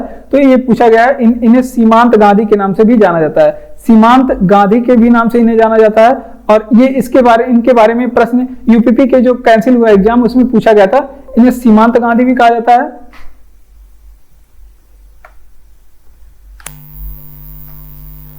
इन्हें सीमांत गांधी भी कहा जाता है और इन्हें ही मुस्लिम गांधी भी कहा जाता है। इन्हें मुस्लिम गांधी भी कहा जाता है और इन्हें खान अब्दुल गफ्फार खान को फ्रंटियर गांधी भी कहा जाता है। किस नाम से कितने नाम से जाना जाता है? तो इन्हें फ्रंटियर गांधी भी कहा जाता है। फ्रंटियर गांधी भी कहा जाता है। ठीक, ये बातें आप लोग ध्यान रखेंगे। अब बात कर लेते हैं, इन्होंने एक दल की स्थापना की थी जिन्हें क्या कहा जाता है? लाल कुर्ती दल। लाल कुर्ती दल की अगर आपसे पूछे कि स्थापना किसने की थी, तो लाल कुर्ती दल की स्थापना के बारे में बात करेंगे तो इसकी स्थापना किए थे आपके खान अब्दुल गफ्फार खान ने। किसने किया था? खान अब्दुल गफ्फार खान ने लाल कुर्ती आंदोलन की स्थापना किया था। और इस लाल कुर्ती दल को और किस नाम से जाना जाता है? तो इसे खुदाई खिदमतगार भी कहा जाता है, और ये एग्जाम में पूछा गया है, इसे खुदाई खिदमतगार भी कहा जाता है। ठीक, खुदाई खिदमतगार भी कहा जाता है। तो इतनी बातें आप लोग यहां से ध्यान रखेंगे, इसे खुदाई खिदमतगार कहते हैं। तो ये जो खान अब्दुल गफ्फार खान, यही प्रश्न पूछा था, खुदाई खिदमतगार आंदोलन के संस्थापक कौन थे? तो ये थे आपके खान अब्दुल गफ्फार खान, और ये यूपीपी एग्जाम में पहले शिफ्ट में पूछा गया प्रश्न है। खान अब्दुल गफ्फार खान के बारे में बताएंगे तो इसे सीमांत गांधी भी बोलते हैं, इन्हें मुस्लिम गांधी भी बोलते हैं, और फ्रंटियर गांधी भी इन्हें बोलते हैं, और ये भारत रत्न पाने वाले एकमात्र पाकिस्तानी नागरिक थे। ये भी इंपॉर्टेंट प्रश्न है। ठीक, अगर आपसे पूछे कि लाल कुर्ती दल की स्थापना कब हुई थी, तो लाल कुर्ती दल की स्थापना खान अब्दुल गफ्फार खान ने, जिसे खुदाई खिदमतगार कहा जाता है। ये बातें आप लोग ध्यान रखेंगे। बढ़ते हैं अपने अगले प्रश्न की ओर। और हमारा अगला प्रश्न है कि भारतीय जनता पार्टी किसके द्वारा निर्मित भारतीय जनसंघ है? तो भारतीय जनता पार्टी की जो स्थापना है वो आपके श्यामा प्रसाद मुखर्जी ने किया था। किसने? श्यामा प्रसाद मुखर्जी ने किया था। तो श्यामा प्रसाद मुखर्जी के बारे में अब देख लेते हैं। तो इसकी स्थापना सबसे पहले अगर आपसे पूछे कि कब हुई थी, श्यामा प्रसाद मुखर्जी। अब बात कर लेते हैं, अगर आपसे पूछे कि जो भारतीय जनसंघ है, इसकी स्थापना कब हुई थी, तो इसका स्थापना जो है 1951 में होता। कब? 1951 में होता। और इसके पहले अध्यक्ष कौन था? आपसे पूछे इसका पहला अध्यक्ष को किसे बनाया गया था? पहले अध्यक्ष इसके कौन थे? तो ये आपके श्यामा प्रसाद मुखर्जी जी थे। कौन थे? श्यामा प्रसाद मुखर्जी। तो ये बातें आप लोग ध्यान रखेंगे। अब बात कर लेते हैं अगला, अगर आपसे पूछे कि भारतीय जनता पार्टी, जिसे बीजेपी आप लोग बोलते हैं, भारतीय जनता पार्टी के बारे में पूछे तो इसकी स्थापना कब हुई थी? तो भारतीय जनता की पार्टी की स्थापना 6 अप्रैल 1980 को हुई थी। कब हुई थी? 6 अप्रैल 1980 को इसकी स्थापना हुई थी। अगर आपसे पूछे कि भारतीय जनता पार्टी का जो प्रतीक है, प्रतीक चिन्ह है, आप सभी लोग जानते हैं कमल है। भारतीय जनता पार्टी का प्रतीक क्या है? कमल है, ये आप लोग जानते हैं। अगर आपसे पूछे कि बीजेपी के वर्तमान अध्यक्ष कौन है, तो ये भी आप लोग नोट करेंगे। बीजेपी के वर्तमान अध्यक्ष के बारे में पूछे कौन है, तो बीजेपी के वर्तमान अध्यक्ष हैं जेपी नड्डा। कौन है? जेपी नड्डा। ठीक, तो ये बातें आप लोग ध्यान रखेंगे, जेपी नड्डा इसके वर्तमान अध्यक्ष हैं। तो अब इसका रिवीजन करेंगे। देखिए, भारतीय जनता पार्टी किसके द्वारा निर्मित भारतीय जनसंघ है? तो भारतीय जनता पार्टी जो जनसंघ निर्मित किया था किसने? श्यामा प्रसाद मुखर्जी ने। किसने? श्यामा प्रसाद मुखर्जी ने। अब भारतीय जनसंघ की स्थापना पूछे तो 1951 में हुई थी। अगर बात करें इसके पहले अध्यक्ष कौन बनाए गए थे, तो श्यामा प्रसाद मुखर्जी ही इसके पहले अध्यक्ष बनाए गए थे। जबकि भारतीय जनता पार्टी के बारे में पूछे तो 6 अप्रैल 1980 में इसकी स्थापना हुई थी। भारतीय जनता पार्टी का प्रतीक आप लोग जानते हैं, कमल है, और बीजेपी के वर्तमान अध्यक्ष कौन है? जेपी नड्डा। इतनी बातें आप लोग ध्यान रखेंगे। स्वतंत्र भारत के पहले उप प्रधानमंत्री कौन हुए? तो स्वतंत्र भारत के उप प्रधानमंत्री सरदार वल्लभ भाई पटेल हुए। कौन? सरदार वल्लभ भाई पटेल। ठीक, ये बातें आप लोग ध्यान रखेंगे। अब सरदार वल्लभ भाई पटेल ये भारत के पहले गृह मंत्री भी थे। ये भारत के पहले गृह मंत्री भी थे, सरदार वल्लभ भाई पटेल। ठीक, ये बातें आप लोग ध्यान रखेंगे। कौन थे? भारत के पहले गृह मंत्री सरदार वल्लभ भाई पटेल थे। अब यहां से क्या क्या एग्जाम में प्रश्न पूछा जाता है सरदार वल्लभ भाई पटेल की, तो यहाँ पे देखिए प्रश्न क्या पूछा जाएगा सरदार वल्लभ भाई पटेल से। तो सबसे पहले तो इन्हें आप लोग ध्यान रखेंगे, इन्हें लौह पुरुष के नाम से जाना जाता है। इन्हें क्या कहते हैं? लौह पुरुष के नाम से भी जाना जाता है। ये बातें आप लोग ध्यान रखेंगे, इन्हें क्या कहते हैं? लौह पुरुष के नाम से जाना जाता है। सरदार पटेल को ही लौह पुरुष कहा जाता है। अब यहाँ से क्या क्या प्रश्न पूछा जाएगा? नो टैक्स कैंपेन किसने शुरू किया था? No tax campaign. और नो टैक्स कैंपेन कहां पे हुआ था? ये गुजरात में हुआ था। कहां पे हुआ था नो टैक्स कैंपेन का नेतृत्व इसने किया था। किसने किया था? सरदार वल्लभ भाई पटेल ने नो टैक्स कैंपेन का नेतृत्व किया। और ये कैंपेन कहां पे हुआ था? गुजरात में। अगर आपसे पूछे कि बारदोली आंदोलन का नेतृत्व किसने किया था, तो बारदोली आंदोलन के बारे में बात करें तो इनका नेतृत्व भी सरदार वल्लभ भाई पटेल ने किया था। और बारदोली सत्याग्रह कब हुआ था? तो ये हुआ था आपका गुजरात में। ये भी कहां पे हुआ था? गुजरात में हुआ था। अब कब हुआ था? 1928 को। तो ये बातें आप लोग ध्यान रखेंगे। तो अब इसका रिवीजन करेंगे। देखिए, अगर आपसे पूछे कि स्वतंत्र भारत के पहले प्रधानमंत्री कौन हुए, तो सरदार वल्लभ भाई पटेल स्वतंत्र भारत के पहले उप प्रधानमंत्री हुए और स्वतंत्र भारत के पहले गृह मंत्री पूछे तो सरदार पटेल जी ही बने थे। अगर आपसे पूछे कि इन्हें लौह पुरुष भी कहा जाता है, क्या कहा जाता है? सरदार पटेल को लौह पुरुष भी कहा जाता है। अगर आपसे पूछे कि नो टैक्स कैंपेन किसने शुरू किया था, इसका नेतृत्व किसने किया था, तो सरदार पटेल ने, गुजरात में हुआ था। और बारदोली सत्याग्रह के बारे में बात करें तो बारदोली सत्याग्रह में का नेतृत्व गुजरात में सरदार वल्लभ भाई पटेल ने ही करा था। और बारदोली सत्याग्रह के बारे में ध्यान रखेंगे, यहाँ पे महिलाओं ने इन्हें सरदार की उपाधि दी थी। ठीक, ये बातें आप लोग ध्यान रखेंगे। विद्युत का सबसे अच्छा चालक कौन सा होता है, तो चांदी होता है विद्युत का सबसे अच्छा चालक। ठीक, चांदी। अब चांदी जो है ये मूल धातु होती है, इसके अयस्क पाए जाते हैं। तो अब बात करते हैं चांदी के बारे में। तो ये एक महंगी नर्म एंड चमकदार चांदी जो है महंगी नर्म और चमकदार धातु है। कैसी धातु है? चांदी महंगी नर्म चमकदार धातु है। ये भी आप लोग ध्यान रखेंगे क्योंकि इस तरह से भी एग्जाम में पूछा गया है कि इसमें से कौन एक महंगी नर्म चमकदार धातु है। ठीक, और सफेद भी यहाँ पे लिखेंगे। इसकी एक विशेषता चांदी की ये सफेद है। ठीक, ये बातें आप लोग ध्यान रखेंगे। अब बात कर लेते हैं चांदी के कुछ अयस्क के बारे में, क्योंकि एग्जाम में बहुत अयस्क के बारे में, चांदी के अयस्क के बारे में पूछा जाता है। तो यहाँ पे इसके अयस्क कौन से हो जाएंगे? Ruby silver and horn silver. ठीक, ये चांदी के अयस्क है। कौन है? Ruby silver and horn silver, ये चांदी के अयस्क होते हैं। ये आप लोग ध्यान रखेंगे। अब उसके बाद बात करते हैं, अगर आपसे पूछे कि जो चांदी का सर्वाधिक उत्पादन है वो किसे कहा जाता है? अगर आपसे पूछे कि सर्वाधिक उत्पादन चांदी का कहाँ पे होता है, तो मैक्सिको में सर्वाधिक चांदी का उत्पादन होता है। कहाँ पे? मैक्सिको में सर्वाधिक चांदी का उत्पादन होता है।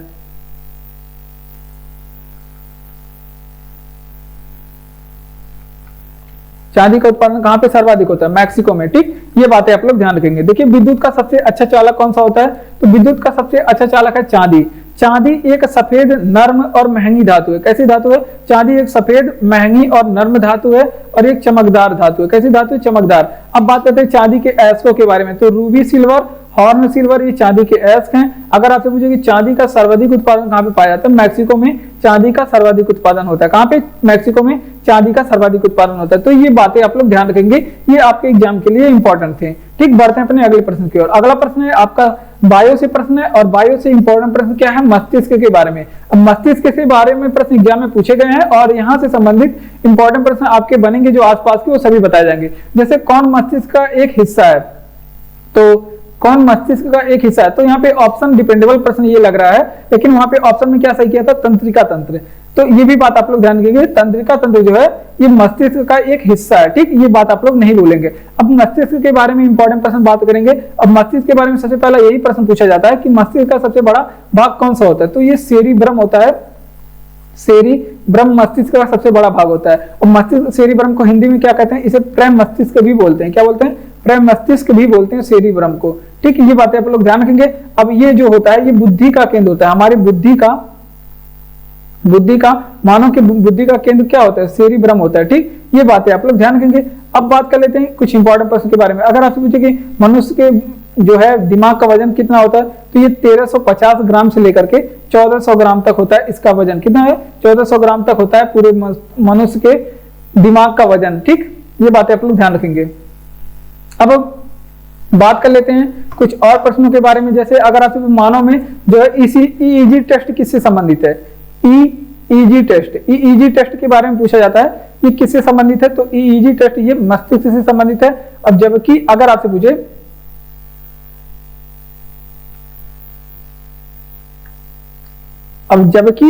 पूछे कि ईईजी टेस्ट मस्तिष्क से संबंधित है। अगर आपसे पूछे कि कौन सा, अगर आपसे पूछे कि श्वास का नियंत्रण मस्तिष्क का कौन सा भाग करता है, श्वास नियंत्रण मस्तिष्क का कौन सा भाग करता है, तो श्वास का नियंत्रण करने वाला है आपका मेडुला ऑब्लोंगेटा। हाँ, मेडुला ऑब्लोंगेटा जो है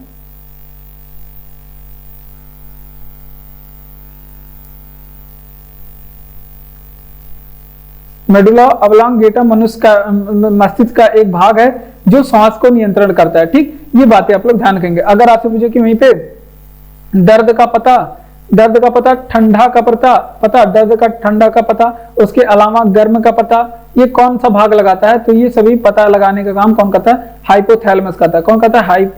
हाइपोथैलेमस करता है। ठीक, ये बातें आप लोग ध्यान रखेंगे, हाइपोथैलेमस करता है, ये बातें आप लोग ध्यान रखेंगे। तो इसका रिवीजन करेंगे। देखिए, अगर आपसे पूछे कि कौन मस्तिष्क का एक हिस्सा है, तो तंत्रिका तंत्र जो है मस्तिष्क का एक हिस्सा है। कौन है? तंत्रिका तंत्र। और मस्तिष्क का सबसे बड़ा भाग कौन सा है? तो मस्तिष्क का हमारे सबसे बड़ा भाग सेरिब्रम, जिसे क्या बोलते हैं? प्रम मस्तिष्क बोलते हैं। और ये क्या होता है? बुद्धि का केंद्र होता है। अगर आपसे पूछे कि हमारे मस्तिष्क का वजन कितना होता है, तो 1350 से लेकर 1400 ग्राम मानव के मस्तिष्क का वजन होता है। और ठंडा गर्म दर्द का पता कौन सा भाग लगाता है मस्तिष्क का? तो ये हाइपोथैलेमस लगाता है। ईईजी टेस्ट किससे संबंधित है? मस्तिष्क से संबंधित है। और श्वास नियंत्रण यानी कि हमारे सांस का नियंत्रण करने वाला कौन है? तो मेडुला ऑब्लोंगेटा भाग है श्वास का नियंत्रण करने वाला। ठीक, तो ये बातें आप लोग ध्यान रखेंगे। अगर आपसे पूछे कि किस तरह के राज्यों को अधिक प्रतिनिधि मिलता है, तो यहाँ पे देखिए, जो किसी तरह के राज्य सीटों का जो बंटवारा होता है वो जनसंख्या के हिसाब से होता है। जिस राज्य में जितनी ज्यादा जनसंख्या है और जितनी ज्यादा आबादी है, उसको उतनी ज्यादा प्रतिनिधित्व मिलेंगे। ठीक, तो यहां पे ऑप्शन सही किया था, आबादी अधिक आबादी पे, अधिक आबादी पे। तो ये आप लोग ध्यान रखेंगे, जहां पे आबादी अधिक रहेगी वहां पे जो है प्रतिनिधित्व अधिक मिलेंगे। तो ये डिपेंड करता है किस पे? जनसंख्या पे, या फिर आप कह सकते हैं आबादी पे। अब राज्यों की बात कर रहा है, तो भारत में राज्य कितने हैं? भारत में आप लोग ध्यान रखेंगे 28 राज्य हैं। और संघ राज्य जिसे यूनियन टेरिटरी बोलते हैं आप लोग, संघ राज्य अगर आपसे पूछे कि भारत में कितने हैं, तो 8 संघ राज्य हैं। ठीक, ये बातें आप लोग ध्यान रखेंगे। अगर आपसे पूछे कि वहीं पे अधिक आबादी वाला राज्य कौन सा है, अधिक कौन कौन से राज्य जिनमें अधिक आबादी है, तो सबसे ज्यादा आबादी आपका उत्तर प्रदेश है, आपका पहले स्थान में उत्तर प्रदेश है। और दूसरे स्थान पे आपका हो गया महाराष्ट्र, महाराष्ट्र में सबसे ज्यादा आबादी है। और तीसरे स्थान पे आपका कौन सा हो जाएगा? बिहार हो जाएगा। और उसके बाद अगर आपसे पूछे कि कम आबादी वाले राज्य कौन से हैं, कम आबादी वाला राज्य कौन सा है, तो आपका कम आबादी वाला राज्य सबसे पहले नंबर पे हो जाएगा आपका सिक्किम हो जाएगा, सबसे कम आबादी के मामले में। और दूसरे नंबर पे आपका हो जाएगा गोवा, और तीसरे नंबर पे आपका हो जाएगा मिजोरम। मिजोरम में इसके बाद सबसे कम आबादी है। और उसके बाद आपका हो जाएगा कौन सा? मेघालय। कौन सा राज्य हो जाएगा? मेघालय। तो ये आबादी के ये बढ़ते क्रम में है और ये घटते क्रम में है। ठीक, ये बात है, दोनों बढ़ते क्रम में है। देखिए, सबसे कम जनसंख्या, सबसे अधिक जनसंख्या, दोनों घटते क्रम में। सबसे कम जनसंख्या, शुरू से रिवीजन करते हैं। देखिए, किस तरह के राज्य में अधिक, किस तरह के राज्यों को अधिक प्रतिनिधित्व मिलते हैं, तो अधिक आबादी जहां पे रहेगी वहां पे अधिक प्रतिनिधित्व मिलेंगे। ये बात आप लोग ध्यान रखेंगे। भारत में राज्यों की संख्या कितनी है? 28, और संघ राज्यों की संख्या 8 है, ये हमने आपको बताया। और अधिक आबादी वाला, तो सबसे ज्यादा आबादी देखिए उत्तर प्रदेश में है, दूसरे नंबर पे महाराष्ट्र, तीसरे नंबर पे आपका बिहार। और कम आबादी के मामले में सबसे कम आबादी सिक्किम में है, उसके बाद गोवा में है, उससे ज्यादा गोवा में है, उससे ज्यादा मिजोरम में है, फिर उससे ज्यादा मेघालय में है। तो ये बातें आप लोग ध्यान रखेंगे। सबसे कम सिक्किम में जनसंख्या है, ये बात आप लोग ध्यान रखेंगे। अगला प्रश्न कि मधुमक्खी पालन को क्या कहते हैं? तो मधुमक्खी पालन को एपी कल्चर कहते हैं। क्या कहते हैं? एपी कल्चर कहते हैं मधुमक्खी पालन को। अगर आपसे पूछे कि वहीं पे रेशम कीट पालन क्या कहलाता है, रेशम कीट पालन क्या कहलाता है, तो रेशम कीट पालन जो है ये आपका हो जाएगा सेरीकल्चर। कैसा, कौन सा कल्चर कहलाता है? रेशम कीट पालन आपका सेरीकल्चर हो जाएगा। क्या बोलते हैं? सेरीकल्चर बोलते हैं। रेशम कीट पालन सेरीकल्चर बोलते हैं। अगर आपसे पूछे कि वहीं पे अब अगर आपसे पूछे कि वहीं पे केचुआ पालन क्या कहलाता है, केचुआ पालन, ये सभी एग्जाम में बहुत बार पूछे जाते हैं। तो केचुआ पालन जो है ये आपका वर्मी कल्चर कहलाता है। क्या कहलाता है? वर्मी कल्चर कहलाता है। अगर आपसे पूछे कि वहीं पे अंगूर की खेती क्या कहलाती है, यहाँ पे हो जाते हैं। अगर आपसे पूछे कि अंगूर की खेती क्या कहलाती है, तो अंगूर की खेती वीटी कल्चर कहलाती है। क्या कहते हैं इसे? वीटी कल्चर कहते हैं। अंगूर की खेती को वीटी कल्चर कहते हैं। और बात करते हैं अंगूर की खेती हो गया। अगर आपसे पूछे कि हॉर्टिकल्चर किससे संबंधित है, हॉर्टिकल्चर किससे संबंधित है, तो हॉर्टिकल्चर जो है ये बागवानी से संबंधित है। किससे? बागवानी से संबंधित है। तो ये सभी तरह के कल्चर के बारे में हम लोग बताया। अगर आपसे केचुआ पालन हो गया, सारे कल्चर हो गए। अगर ठीक, तो अगर आपसे पूछे कि वहीं पे मधुमक्खी पालन क्या कहलाता है? एपी कल्चर कहलाता है। रेशम कीट पालन क्या कहलाता है? सेरी कल्चर कहलाता है। रेशम कीट पालन क्या कहलाता है? सेरी कल्चर कहलाता है। केचुआ पालन क्या कहलाता है? तो केचुआ पालन आप लोग वर्मी कल्चर बताएंगे कहलाता है। अंगूर की खेती, जबकि कई बार एग्जाम में पूछा गया, तो ये वीटी कल्चर कहते हैं। अंगूर की खेती को क्या कहते हैं? VT culture. हॉर्टिकल्चर किससे संबंधित है? ये बागवानी से संबंधित। तो ये कुछ कल्चर और कुछ अध्ययन के बारे में एग्जाम में पूछे जाते हैं। ये बायो से प्रश्न होते हैं, बायोलॉजी के प्रश्न होते हैं। ये बातें आप लोग ध्यान रखेंगे। बढ़ते हैं अपने अगले प्रश्न की ओर। और अगला प्रश्न कि कौन सा पुच्छल तारा 76 वर्ष बाद दिखाई देता है। तो देखिए एक तारा है जिसे क्या कहते हैं, हेली पुच्छल तारा। हेली पुच्छल तारा, अब हम देखते हैं अभी पुच्छल तारा किसे कहते हैं। तो हेली पुच्छल तारा जो है वो 76 वर्ष बाद दिखाई देता है। हेली पुच्छल तारा को देखा गया था, ये पूछा जाता है कि हेली पुच्छल तारा को इससे पहले कब देखा गया था। तो लास्ट बार देखा गया, बात करें तो इसे लास्ट बार 1986 में देखा गया। कब? 1986 में। और देखे जाने की संभावना कब व्यक्त की जाती है, तो ये 76 वर्ष बाद दिखाई देता, तो इसमें 76 वर्ष जोड़ दीजिए, तो ये लगभग 2061 में दिखने की संभावना है। कब? 2061 में इसे देखे जाने की संभावना है। तो ये सारे प्रश्न भी एग्जाम में पूछे गए हैं। अब बात कर लेते हैं हेली पुच्छल तारा के बारे में। तो ये एक पुच्छल तारा है जिसकी परिक्रमण गति, एक प्रकार का तारा है जिसकी परिक्रमण गति कैसी होती है, तो ये गति होती है इसका दीर्घवृत्ताकार। कैसी होती है? दीर्घवृत्ताकार होती है। ठीक, ये बातें आप लोग ध्यान रखेंगे। अब पुच्छल तारे जो होते हैं इसकी पूंछ की जो दिशा होती है वो इस तरह की होती है, कुछ इस तरह की होती है। अब यहाँ पे सूर्य है और उसकी जो पूंछ की दिशा है ये हमेशा सूर्य से विपरीत होती है। तो ये भी पूछी गई है, तो इसकी पूंछ की दिशा किस तरह की होती है। तो ये हेली पुच्छल तारे की जो पूंछ की दिशा है ये सूर्य से दूर होती है, ऐसे बता सकते हैं कि सूर्य से दूर होती है, या फिर आप लोग बता सकते हैं कि सूर्य के विपरीत होती है। ठीक, ये बातें आप लोग ध्यान रखेंगे। तो इसका रिवीजन करेंगे। देखिए अगर आपसे पूछे कि कौन सा पुच्छल तारा 76 वर्ष बाद दिखाई देता है, तो हेली पुच्छल तारा जो है वो 76 वर्ष बाद दिखाई देता है। देखा कब गया था? 1986 में, और देखने जाने की संभावना 2061 में। कब है? 2061 में। ठीक, अब बात कर लेते हैं इसकी परिक्रमण गति कैसी होती है, या इसका परिक्रमण पथ है, यहाँ पे लिखिए, गति नहीं, पथ लिखिए इसकी कैसी होती है। तो इसका पथ कैसा होता है? दीर्घवृत्ताकार पथ पे ये अपना चक्कर लगाता है हेली पुच्छल तारा, और इसकी पूंछ की दिशा पूछी जाती है। ये दो प्रश्न इंपॉर्टेंट है, इससे ये दोनों प्रश्न एग्जाम में छप सकते हैं। और ये पूंछ की दिशा सूर्य से विपरीत, यही दो प्रश्न एग्जाम में ज्यादा पूछे गए हैं। ठीक, ये बातें आप लोग ध्यान रखेंगे। और तीसरा ये प्रश्न पूछा जाता है कि 76 वर्ष बाद कौन सा पुच्छल तारा दिखाई देता है, तो इसका नाम है हेली पुच्छल तारा। ठीक, अगर आपसे पूछे कि गाड़ियों के पीछे के दृश्य देखने के लिए हमेशा उत्तल दर्पण का उपयोग करते हैं, गाड़ियों के पीछे के दृश्य देखने के लिए उत्तल दर्पण का उपयोग करते हैं। ठीक, ये बातें आप लोग ध्यान रखेंगे। अगर आपसे पूछे कि गाड़ियों के हेडलाइट में कौन सी दर्पण का उपयोग करते हैं, या फिर अगर आपसे पूछे कि गाड़ियों के जो पीछे हेडलाइट हो गया और सोलर कुकर बताइए, सोलर कुकर में कौन से दर्पण का उपयोग करते हैं, तो इसमें दर्पण का अवतल दर्पण का उपयोग करते हैं। किसमें? अवतल दर्पण का उपयोग करते हैं। ठीक, अगर आपसे पूछे कि दो समांतर दर्पण के बीच में कितने प्रतिबिंब बन सकते हैं, ये भी एग्जाम में पूछा गया प्रश्न है। अगर आपसे पूछे कि दो समांतर दर्पण रखे हुए हैं उनके बीच में कितने प्रतिबिंब बन सकते हैं, दो समांतर दर्पण के बीच अगर आपसे पूछे कि कितने प्रतिबिंब बन सकते हैं, तो ये आप लोग ध्यान रखेंगे, यहाँ पे अनंत प्रतिबिंब बन सकते हैं। दो समांतर दर्पण के बीच में अनंत प्रतिबिंब बनाए जा सकते हैं। अब अगर आपसे पूछे कि अभिसारी दर्पण किसे कहते हैं, अभिसारी दर्पण किसे कहते हैं, जो सूर्य के प्रकाश को एक बिंदु पे इकट्ठा कर दे उसे अभिसारी दर्पण कहते हैं। जैसे आपका हो गया अवतल दर्पण। कौन सा? अवतल दर्पण, ये होता है अभिसारी दर्पण। और अगर आपसे पूछे कि अभिसारी दर्पण किसे कहते हैं, तो यहाँ पे देखिए अभिसारी दर्पण के बारे, अभिसारी हो गया। अगर आपसे पूछे कि अपसारी दर्पण किसे कहते हैं, अपसारी दर्पण के बारे में बताइए कि अपसारी दर्पण किसे कहते हैं। तो उत्तल दर्पण को क्या बोलते हैं, जो सूर्य के प्रकाश को बिखेर दे उसे क्या कहते हैं, अपसारी दर्पण या फिर उत्तल दर्पण बोलते हैं। तो ये बातें आप लोग दर्पणों से संबंधित ध्यान रखेंगे। देखिए गाड़ियों के पीछे के दृश्य देखने के लिए उत्तल दर्पण का उपयोग करते हैं, कई बार एग्जाम में पूछा गया है।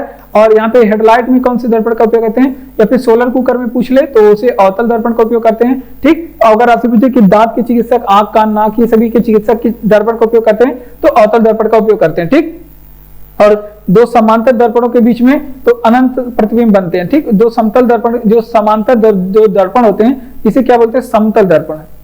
समतल दर्पण, समांतर दर्पण को समतल दर्पण नहीं बोलते हैं। यहाँ पे लिखना था कि दो समतल दर्पण के बीच में कितने प्रतिबिंब बनते हैं, अगर वो आपस रखे गए हैं तो अनंत प्रतिबिंब बन सकते हैं। अभिसारी दर्पण अवतल दर्पण को कहते हैं, और अपसारी दर्पण किसे कहते हैं, उत्तल दर्पण को अपसारी दर्पण कहते हैं। ये बातें आप लोग ध्यान रखेंगे। सबसे चमकीला ग्रह कौन सा है, तो देखिए ग्रहों के बारे में भी एग्जाम में प्रश्न पूछे जाते हैं। शुक्र ग्रह है सबसे चमकीला ग्रह। अब शुक्र ग्रह हमारे एग्जाम के लिए बहुत ज्यादा इंपॉर्टेंट है, क्योंकि यहाँ से बहुत प्रश्न पूछे जाते हैं। तो इसे क्या कहते हैं, इसे सांझ या भोर का तारा भी कहते हैं, सांझ या भोर का तारा भी इसे कहते हैं। और इसे क्या कहते हैं, सांझ या भोर का तारा।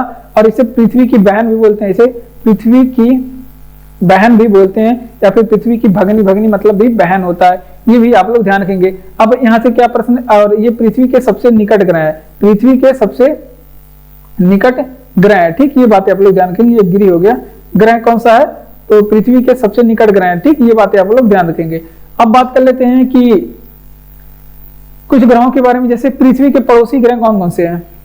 पृथ्वी के पड़ोसी ग्रह के बारे में बताएंगे कि पृथ्वी के पड़ोसी ग्रह कौन कौन से हैं। तो पृथ्वी के पड़ोसी ग्रह, एक तो आपका हो गया पृथ्वी का पड़ोसी ग्रह कौन कौन सा है, एक तो एक और आपका हो गया कौन सा, शुक्र ग्रह, तो पृथ्वी का पड़ोसी शुक्र ग्रह, और एक आपका हो गया कौन सा, मंगल ग्रह। तो ये है आपका पृथ्वी के पड़ोसी ग्रह, ठीक, ये बातें आप लोग ध्यान रखेंगे। अब बात कर लेते हैं अगले प्रश्न की ओर। तो इसके शुक्र ग्रह के बारे में और पूछा जाता है कि इसकी जो घूर्णन गति है, घूर्णन दिशा है, तो ये बाकी ग्रहों के विपरीत होता है। तो ये एग्जाम में पूछा गया है कि इसका घूर्णन किस दिशा में, किस दिशा की ओर होता है। तो ये पूर्व से पश्चिम की ओर घूमता है, जबकि बाकी ग्रह जो है तो है वो आपका पश्चिम से पूर्व घूमते हैं। ये दो ग्रह हैं जो पूर्व से पश्चिम घूमते हैं, कौन कौन से, एक आप शनि ग्रह लीजिए और एक शुक्र ग्रह, इन दोनों का जो घूर्णन होता है ये अपने अक्ष से पूर्व से पश्चिम दिशा में घूमते हैं। तो ये बातें आप लोग ध्यान रखेंगे। सबसे चमकीला ग्रह शुक्र ग्रह, सांझ या भोर का तारा किसे कहते हैं, शुक्र ग्रह को कहते हैं। पृथ्वी की बहन किसे कहते हैं, वो शुक्र ग्रह को कहते हैं। निकट, पृथ्वी के सबसे निकट ग्रह कौन सा है, शुक्र ग्रह, ठीक, ये बात आप लोग ध्यान रखेंगे। और पृथ्वी के पड़ोसी ग्रह कौन कौन से है, तो जैसे शुक्र ग्रह एक तरफ है और एक तरफ है मंगल ग्रह, ये देखने में हूबहू पृथ्वी के समान है, और सबसे गर्म ग्रह भी शुक्र ग्रह है। इसकी घूर्णन कैसी होती है, पूर्व से पश्चिम, दो ग्रह हैं जिसकी घूर्णन पूर्व से पश्चिम होती है, एक आपका शुक्र ग्रह है और एक आपका शनि ग्रह है, ठीक। बढ़ते हैं अपने अगले प्रश्न की ओर। अगला प्रश्न है कि सौरमंडल की आयु लगभग कितनी मानी गई है, ठीक, सौरमंडल की आयु लगभग कितनी मानी गई है। तो सौरमंडल के बारे में भी हम लोग पढ़ेंगे, पहले आयु देख लेंगे। तो 7.6 अरब वर्ष इसकी आयु मानी गई है, कितनी, 7.6 अरब वर्ष सौरमंडल की आयु मानी गई है, ठीक। अब सौरमंडल के बारे में हम कुछ चीजें देख लेते हैं। अगर आपसे पूछेंगे सौरमंडल का सबसे छोटा ग्रह कौन सा है, तो सौरमंडल का सबसे छोटा ग्रह आप लोग ध्यान रखेंगे बुध ग्रह है। अगर आपसे पूछेंगे सौरमंडल का सबसे बड़ा ग्रह कौन सा है, तो सौरमंडल का सबसे बड़ा ग्रह आप लोग बताएंगे कौन सा, बृहस्पति ग्रह, कौन सा, बृहस्पति ग्रह, ठीक, ये बातें आप लोग ध्यान रखेंगे। अब बात कर लेते हैं सौरमंडल का सबसे छोटा उपग्रह बताइए आप लोग, सबसे छोटा उपग्रह बताइए। तो सबसे छोटा उपग्रह सौरमंडल का है कौन सा, सबसे छोटा उपग्रह की बात करें, अगर आपसे पूछोगे सौरमंडल का सबसे बड़ा उपग्रह बताइए, तो सबसे बड़ा उपग्रह है गैनीमीड, क्या है, गैनीमीड, ठीक, गैनीमीड सौरमंडल का सबसे बड़ा उपग्रह है। और किस ग्रह का उपग्रह है, तो ये बृहस्पति ग्रह का, किसका, बृहस्पति ग्रह का है, ठीक। अब बात कर लेते हैं, अगर आपसे पूछो कि सौरमंडल का सबसे छोटा उपग्रह कौन सा है, तो डिमोस है सौरमंडल का सबसे छोटा उपग्रह, कौन सा है, डिमोस। और डिमोस किस ग्रह का है, तो ये मंगल ग्रह का है, उपग्रह है, किसका, मंगल ग्रह का उपग्रह है, ठीक। और सौरमंडल में क्षुद्र ग्रह पाए जाते हैं जो कि हजारों बार एग्जाम में पूछे गए हैं कि किन ग्रहों के बीच में है, तो ये मंगल और बृहस्पति ग्रह के बीच में है, किसके, मंगल और बृहस्पति ग्रह के बीच में क्षुद्र ग्रह पाए जाते हैं, ठीक। ये बातें आप लोग ध्यान रखेंगे, इतनी बातें आप लोग कम से कम ध्यान रखेंगे। तो अब इसका रिवीजन करेंगे। देखिए, अगर आपसे पूछे कि सौरमंडल की आयु लगभग कितनी मानी गई है, तो 7.6 अरब वर्ष सौरमंडल की आयु मानी गई है। सौरमंडल के बारे में, जैसे छोटा ग्रह कौन सा है, सौरमंडल का बुध ग्रह है, ठीक। अगर आपसे पूछे कि सौरमंडल का सबसे बड़ा ग्रह कौन सा है, तो बृहस्पति। अगर आपसे पूछे कि सौरमंडल का सबसे छोटा उपग्रह कौन सा है, तो डिमोस है जो कि मंगल ग्रह का, और सौरमंडल का सबसे बड़ा उपग्रह कौन सा है, गैनीमीड है जो कि बृहस्पति ग्रह का। और सौरमंडल क्षुद्र ग्रह किन ग्रहों के बीच में पाए जाते हैं, तो ये मंगल और बृहस्पति के बीच में क्षुद्र ग्रह पाए जाते हैं। अगला प्रश्न है कि सूर्य और पृथ्वी और सूर्य के बीच की दूरी कितनी है, तो यहाँ पे 25 करोड़ की सूर्य और पृथ्वी के बीच की दूरी पूछ रहा है ना, तो वहां पे सूर्य का चक्का थोड़ी ना पूछ रहा है जो कि 25 करोड़ वर्ष होगा। तो इसका जो दूरी है 15 करोड़ किलोमीटर है, कितनी, 15 करोड़ किलोमीटर है, ठीक। ये बातें आप लोग ध्यान रखेंगे। अगर आपसे पूछे कि पृथ्वी सूर्य का चक्कर कितने समय लगाती है, पृथ्वी सूर्य का चक्कर लगाती है, पृथ्वी सूर्य